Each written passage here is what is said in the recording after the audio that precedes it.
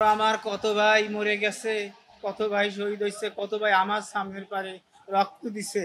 আমি তাই দেখে আতঙ্ক হয়ে আমি ভয়তে আমি আতঙ্ক হয়ে পড়ে গেছিলাম। সেই রক্তের কথা আমি বলি নেই, সেই রক্তের কথা আমি বলি নেই, সেই রক্তের কথা আমি বলি নেই। যোগদান করছিলাম আন্দোলনে, 15 তারিখ থেকে আন্দোলনে আসছিলাম। মনে করেন 18 তারিখ, 19 তারিখ, 20 তারিখ একটু বেশি হয়েছিল। মনে করেন আপনার 20 তারিখে আমার পায়ে গুলি লাগে আপনার 4:30টার দিক। মনে করেন বিজিবি ফায়ারিং করে। তারপর আমার সাথে আর 2-3 জন আসছিল, তারা মারা গেছে। আমার সাথে একজন ফ্রেন্ড আসছিল, ও মারা গেছে। আমার ছেলে 18 জুলাই বেলা 11টার সময় বাইরে গেছিল, বন্ধু বান্ধবকে বলে গেছে আন্দোলনে যাইতেছি। তখন আন্দোলনে গেছে আমার ছেলে, কিন্তু আন্দোলনে যাওয়ার পর 18 জুলাই থেকে 6 দিন নিখোঁজ ছিল এবং সে অজ্ঞান ছিল। কোনো রকমে কোন বন্ধু বা কে বা কারা তাকে ঢাকা মেডিকেল আইসিইউতে ভর্তি করেছে আমরা জানি না। আমরা 6 দিনের দিন কোনো রকমে সে ফোন নাম্বারটা বলতে পারছে, যে প্রকারই হোক ডাক্তার সিস্টাররা ফোন নাম্বার নিচ্ছে, তখন আমরা ফোন মোতাবেক আইসিইউতে ঢাকা মেডিকেল পাইছি। বেলা 10টা থেকে ছাত্র আন্দোলন করতে আইছিলাম যাত্রাবাড়ি। তা আসলে তা আনন্দতে আমরা সব ছাত্ররা ওই ঘুরতে ঘুরতে ঘুরতে ঘুরতে আমরা পুলিশ পুলিশ থানার সামনে আমি আসি। পুলিশে আমাকে তো ঘেরাও করে, পুলিশে আমাকে গুলি করে। পুলিশে বলছিলাম, স্যার আমারে গুলি করেন না, তাই আমাকে ক্ষমা করে দেন। পুলিশ আমি দৌড় দিছি, পুলিশে গুলি করে আমারে ফেলাই দিছে। তারপরে আমি যত আমি দৌড় না দেই তাহলে আরো আমার 10টা গুলি পড়ে। আইছিলাম ঢাকা মেডিকেলে। ঢাকা মেডিকেলে আর পরে মনে করেন প্রথম খানপুর গেছিলাম। খানপুর মেডিকেল যাওয়ার পরে হেনে ভর্তি নেই নাই, হিন থেকে পাঠাইছে না ঢাকা মেডিকেল। ঢাকা মেডিকেলে যাওয়ার পরে আপনার এখানেও ড্রেসিং করার পরে ছাড়িয়ে দিচ্ছে গুলি, কিন্তু বাইরে হয়ে গেছে, স্পার টেস্পার হয়েছে, গুলি ভিতরে আসছিল না, তার জন্য ড্রেসিং করে ছেড়ে দিছে।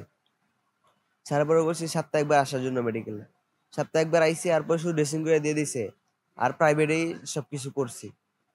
5 তারিখ সোমবার বেলা 3টের সময় আমার এই ঘটনা। আমার ছাত্ররা মোটর সাইকেলে করে উঠাইয়া ঢাকা ইমার্জেন্সি মেডিকেল হাসপাতালে আমারে ভর্তি করে 101-এ।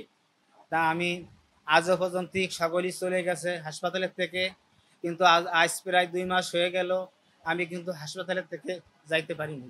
সরকার থেকে একটু সহযোগিতা না পাওয়া, নাই মিথ্যা কথা বলবো না, হাসিনা পদত্যাগ করার আগে একটু টাকাও পাইনি এবং ফাইলে সে তার পুলিশ কেসও আছে। এবং হাসিনা পদত্যাগ করার পর কিছু কিছু পাইতেছি, রুগীর সমস্ত পাইতেছি, বেইমানি করবো না। ট্রিটমেন্ট, চিকিৎসা, খাওয়ার দাওয়ার রুগীর সমস্ত পাইতেছি, কিন্তু আমরা রুগীর সাথে থাকতে আমাদের তো পাইতেছি না। না, আমি এখনো পর্যন্ত কিছু পাই নাই, কারণ আমি এর আগে আসলাম আপনার পুরান মেডিকেল 3 তলায় কেবিনে আসছিলাম, তার জন্য আমি এখনো কিছু পাই নাই। এখানে মনে করেন মোটামুটি এখানে পাইতেছে আর কি। সরকারের থেকে, কেন্দ্রীয় থেকে আমি কিছু আন্তরিক আমি পাইনি। আমি এখন এই যে যে যে আমার যে অবস্থা, আমি এখন এই বেডে বসে আমি না খেয়ে রয়েছি। আমার ধারে একটা টাকা পয়সা নাই, আমার ধারে এখন তো কেউ আসে না, কোনো দল আমার ধারে আসে না যে ভাই তুমি না খেয়ে রয়েছো না কি হয়েছো। আমি দুপুরবেলা না খেয়ে আছি, কিন্তু আমার ধারে তো টাকা নাই। আমার বাড়ি তো অনেক দূর, আমার 2টি ছেলে 2টি মেয়ে, আমি এখন কি করব? সরকার কাছে আমি একটাই দাবি আমার, চোখ তো গেইছে।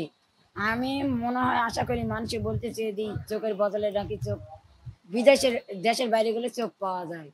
তে আমি তো মা, আমার খালি দেশের বাইরে নিয়ে গেলে এখানে যা চিকিৎসা হইতেছে হইতেছে, ডাক্তার যা বলতেছে এটা আমার না হয়, আমার মনে আসে না, এটা আমার বুঝে আসে না, এটা মন মানতেছে না।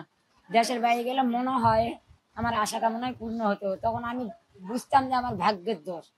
তখন ওই ডাক্তাররা যদি এইরকম কথা বলে, মিল হয়ে যায় কথার সাথে, এরা কি বললো এটার সাথে এই কথার সাথে ওখানে মিল হয়ে যায়, আমি আর কাউকে দোষ দিব না। ডক্টর ইউনূসকে দোষ দিব না, ছাত্র সমন্বয়কে দোষ দিব না, কাউরে দোষ দিব না। তখন আমি বুঝবো যে আমার ভাগ্যে দোষ। আমার একটা দাবি, একটু দেশের বাইরে নেবে।